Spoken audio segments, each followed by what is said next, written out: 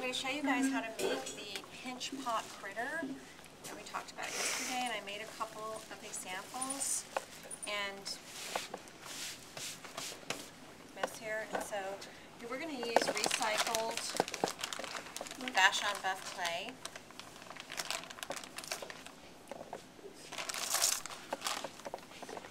And this is one that I made out of just one pinch pot.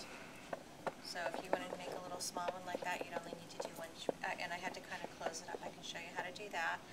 This one I made out of two pinch pots put together, and I just made up a weird animal thing. And this one I made out of a pinch pot with a head stuck on it, so it's kind of like made out of three pinch pots. But this one is leather hard now because I let it dry out a little bit. And the reason I did that was on purpose because I wanted to do some carving on it. I don't know if you guys have ever carved soap before. Yeah, that was like a favorite first grade project. This is kind of like carving soap. If I wanted to have some little paws there, I can simply scrape away the clay that I don't want to have on there. I like to use the ribbon tool for that, like this. So when you get to a point where you want to add some details but the clay is just too soft, then you need to let it get to just the right state of leather hard. You can't do this when the clay is plastic. And you can start carving away. This is called a recessed smoother, and you can borrow one from me. I've got some in the little drawer.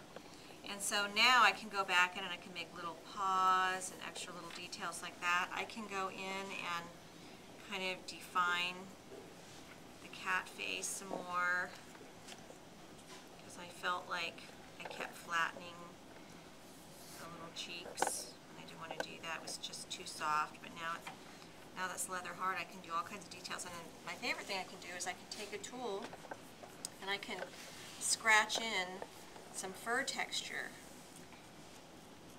and do that all over. So I haven't finished with this guy, and then I have to make sure I have a hole because this right now would explode. It would completely explode if I didn't make a hole in each of the pinch pots. So I'm going to go ahead and I'm just going to make the eyes be holes because why not? Makes them look like pupils. And then I might just put a hole somewhere where you wouldn't really notice it because I want the air to be able to escape. Otherwise this thing will just explode. It would be a disaster. Okay. So I'm just going to probably demonstrate putting the two pinch pots together so you guys know how to do that. But you can do any style that you want. I'm going to ask you to do more than one. And I haven't decided how many I'm going to ask you to turn in, either one or two. We'll see what we have time for. Start off with two balls of clay that are about the same size. And then I take another piece of clay and I kind of squash it until it's like the shape of a carrot. And then I roll it like this, because this is going to be the legs later on. I'm going to make short stubby legs because if I make skinny legs, they will break. You have to make, like even if you're going to make a little horn, it's got to be a short stubby horn because if the parts are too delicate, they just always break off. So I will later cut that into some legs. Remember when you're starting off with a pinch pot, you just press your thumb into the middle and you start to turn and pinch. And you want to try to avoid pinching up at the top where the rim is because you know you'll make it too thin and you'll make it flare out. If you're having trouble with it flaring out too much, flip it over so that you have a pointer finger on the inside and two thumbs on the outside and just kind of pinch it but kind of push your thumbs together and it keeps it from flaring out. See what I mean? This is a really good technique if you want to make a tall pinch pot. And you don't want it to look like a pinch plate. There's no such thing as a pinch plate. Sometimes people make them accidentally. So my goal is to make my pinch pot be about 1/4 of an inch thick. That's about that thick. It's not very thick. You know, if it's real thick and heavy, it may feel like it's sturdy, but in the pottery world, things that are really heavy tend to not be considered well made.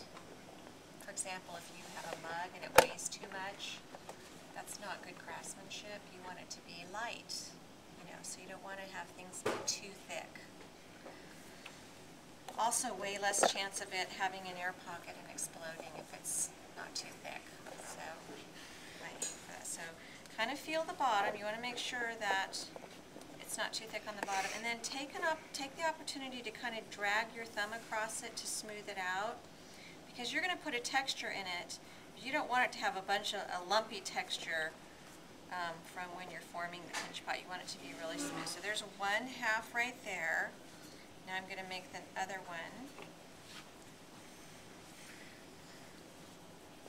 I tend to get started on one hand and then I flip it over to the other hand. That's just the way I do it. I bet if you were to go on to YouTube and type in pinch pot tutorial, you'd get like some really good demonstrations that maybe are even better than mine. So.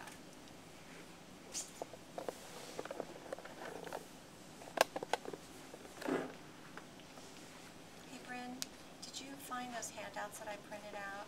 Are they in the library printer? No, they were in the big teacher workroom printer. Oh, okay. Thanks. Okay, once you have your two pinch pots made and they're nice and smooth and the walls are even thickness, try to get them to be about the same size. This one needs to maybe be a little bit bigger, because you're going to put them together. Okay, so you want to put them together, and then if you're putting together two pieces of plastic clay, you don't have to score and slip if you blend it well. So I'm just going to drag the clay back and forth until it's blended.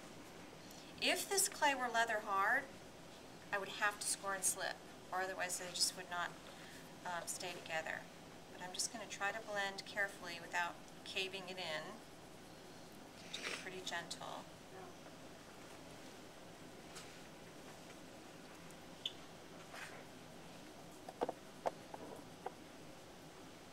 Okay, once you've closed it up completely, it's a lot less likely to cave in. Have you ever squeezed a raw egg and how it doesn't break? Ideal. And you can try this at home and do it over the kitchen sink. But if you apply even pressure all around, you can press down, you know, pretty firmly and it won't break it or cave in. And that's because the air on the inside is holding it up from the other side. You know, so that's why once you close it up, it's a little bit easier to go around and smooth it out without caving it in, because you do want it to be pretty smooth. Now, you just have to use your imagination. If I wanted to make a potato, that would require no imagination on my part. That looks just like a potato. We're not making any potatoes, okay? Wait, I know. French fries. You gotta... A potato in the face. Yeah, we don't want to potato make any Mr. Potato Potato Heads either. Now, Dang it. I'm going to stretch out the end of this, because I'm going to turn this into a, I don't want, That's awesome. I like dolphin. I know, some kind of animal with a big snout. Pig. or a cow. Elephant. Well, you know, I'm going to make up the animal. I don't know what it'll be, but it's going to be an imaginary Brandon. animal. Unicorn. Dog. No, Brandon. It's Brandon. It's a Nolan. Obviously. Yeah, you gotta get the bowl haircut just right. Okay, so he's got his snout there, and now I have to figure out where... It should be a porpoise. You know what those are? Porpoise? hedgehog. Porpoise. Sonic the Hedgehog. It's a porpoise, not a porpoise. Whatever. Yeah, it's for a purpose. You're making a porpoise for a purpose. It's a porpoise. No, I'm pretty sure it's purpose. You have purpose. You know, like drive determination. You got purpose. That's what I'm gonna make. This is on camera. Yeah. All right, You you can't say I'm guys. stupid on camera. I appreciate these suggestions, but let's keep it down because I am recording this, okay? Hello. Okay. What I'm gonna do is, you know how alligators or crocodiles, they have those eyes that sort of poke up on their heads? Yeah. I'm Like gonna snail. put two eyes that are poking up on the heads like this. It's a So you rat. put them close together. Even though I am gonna do a little bit of blending, because I don't wanna blend a whole lot, I'm gonna go ahead and score both pieces. And I have some slip made up from the Vashon Buff clay. And I'm going to apply a little bit of slip. And I'm going to show you a trick for how to know where to put, like, where do I score on here? Well, you just press it on there and then remove it, and it leaves a little blotch of slip, and you know exactly where you need to score here. That one's going to go there. And then kind of go, you know, twist it in place. Almost like you're twisting a cap on a bottle. So there's one eye lump. That's not the eye itself, that's just the lump that the eye's going to go on. I'm going to put another one next to it. Because I was just reading, I was just actually listening to an article, an interview of Maurice Sendak. Do you guys know who that is? No idea. Have you ever heard of the book Where the Wild Things Are? Oh, Yeah. He's the one that wrote and illustrated that book, and he came up with the best imaginary animals that were not too scary looking, but kind of funny, weird. Stop touching the camera. Now what I want to do is make sure that these eye lumps look like they're growing out of the head. So take some kind of tool, it can even be a pencil eraser or whatever, and blend the clay around so it looks like it's all part of the same body. You don't want it to look like they're stuck on there. So I'm doing a little bit of blending. You just have to find just whatever tool in your toolkit will work for this. And then I want to make some little eye sockets here and here. And I just need something that I can indent. If I had a pencil eraser, I'd probably use that, but I'm going to use maybe this tool. And I'm just going to I'm just kind of making this up as I go along, but I'm going to kind of make a little indentation there. Right now that looks like a couple of ears, doesn't it? Yeah. Funny. Okay, but I really want those to be eyes. And then I'm going to score, maybe I should, It should be ears. Yeah, they should be ears. I like ears. It could be an obese bunny. Like a pig. You make it a pig. That's a perfect obese bunny. Or Or a a bunny, mouse. or a bunny. Or a mouse. Or an old. I have a question. Is this going on YouTube? it is. Oh. But then why'd you mention YouTube? Oh, cool. We're on YouTube. Awesome. Hey. Hey, Stevie, you want me to show your face? No, we can't put any student faces. Aw. I haven't shown anyone's face. You have to zoom down. Are we gonna Oh, blur them? when I zoomed out. You guys, you don't want to come back and redo this video after school, do you? I Well, don't think so. Not really. Did you notice that I scored and slipped a little bit where I'm going to put the eyeballs? That's because I don't want to blend. I want them to stick. So I'm just going to push them in like that. Okay, see the little eyes there? And then I'm going to, I don't know, take something kind of dull and round and maybe poke an eyeball in there like that. And then I might use my needle tool, or maybe I'll use this tool, and I'm just going to indent some, I don't know, maybe those are eyelashes or something like that. Okay, there are the eyes. This right here is the nose, and so I could do something like I could put some This room's already full. nostrils Stop. in there. Definitely a pig. I am going to do a mouth here, but I don't want to open up the mouth yet because then every time I push on this it might kind of cave in, so the mouth is going to be last. Now what I want to do is add some legs. These need to be pretty short, stubby legs so that they don't break off. So I'm going to make them all about the same length. Will this explode right now? Or is it? If I fired it without cutting an opening, it would explode because it doesn't, the air has to escape, and there is no place for it to escape. Some creepy looking I'm going to score and slip And remember, if I want to know where I score and slip here, I press it in there, it leaves a little mark, and I know exactly where to score here. And then I just... Now, with these legs, you want them to look like they're growing out of the body, so you definitely want to take a tool and blend the legs into the body, so it doesn't look like they just got stuck on. What tool would you use for that?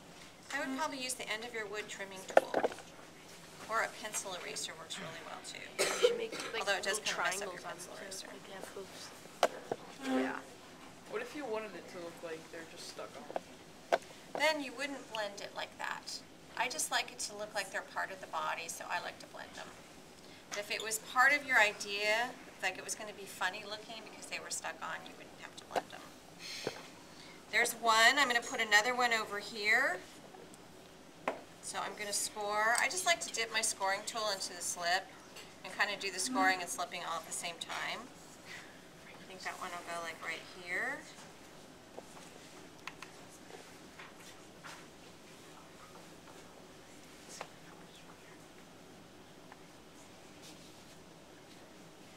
And then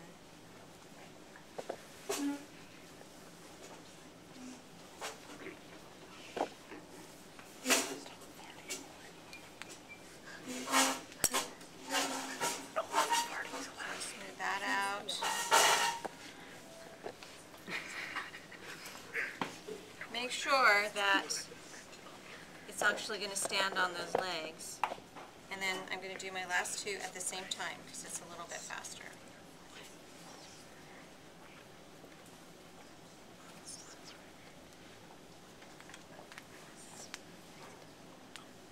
there.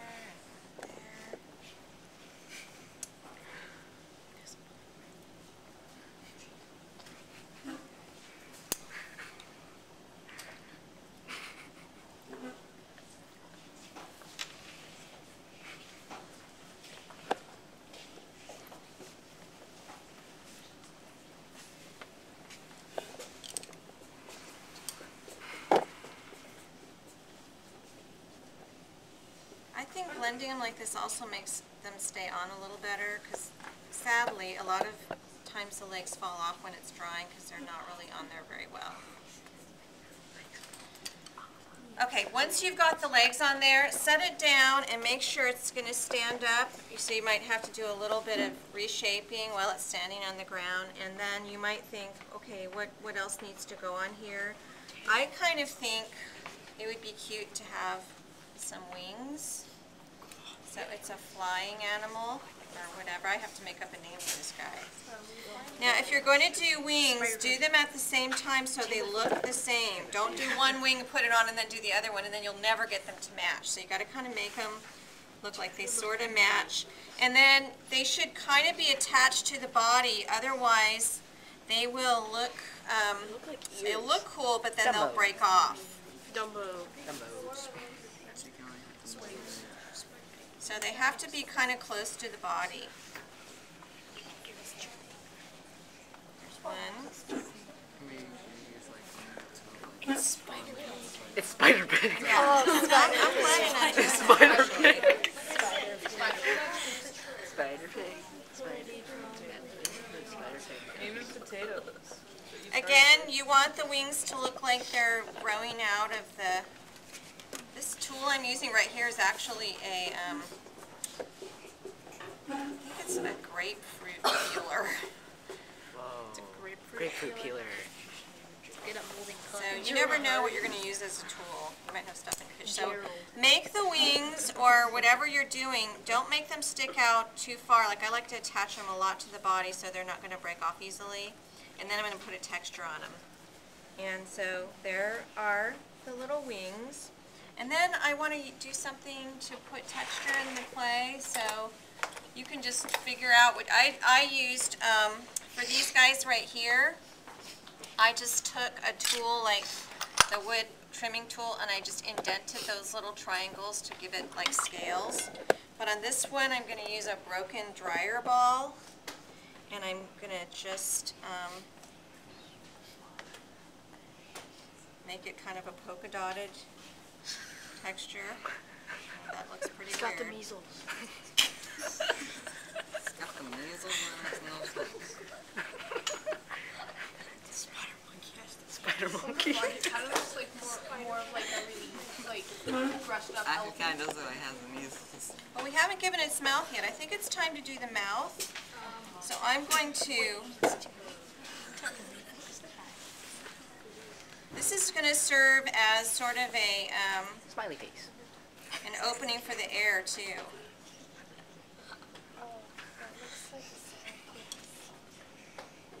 I think it looks excited. Looks like a smiley face. The world. Or it's screaming for help. Probably the lads. Yeah. Oh, now it looks smiley. Spider Pig is the measles. It looks like it's screaming for help. And now it needs some texture on the wings, so I'm going to indent a little texture there. We have about 13 minutes. Wait, are we gonna start ours today? Yeah, we're going to be starting these on Monday. That kind of looks like my dog. You must have a very strange looking dog. No, I'm not kidding. His ears are huge. He's a Chihuahua, and he's got like those weird eyes that never blink. And they just pop out of the head. Yeah. And he has wings. Yeah, just like that. Yeah. How Now- can a chihuahua have wings? Here's my plan, and I can't do this right away, but I'm going to let this get leather hard, and then what I'm going to do is kind of take my carving tool and carve some little paw things into it. It's too soft to do it now. So if you want to do that, you've got to kind of control the drying. If it gets too dry, you can't do anything. But right now, it's like too soft to add detail, so I'm just going to have to let it get a little firmer, which means for you guys, that would mean you might have to take it home and watch it, because if you just leave it in your locker uncovered, the next day it's going to be, you know, all dry. So that's the bad part. But anyways, that's one way to do it. This was I don't know what that animal is. It's a Chihuahua. Spider Pig. Spider pig. A flying Chihuahua pig. No, it's With Spider measles. Pig. It's spider. Spider Pig / Chihuahua that flies. It's And it has spider measles. pig with the measles. There you That go. flies. Okay, thank you, Brendan. You can turn that off.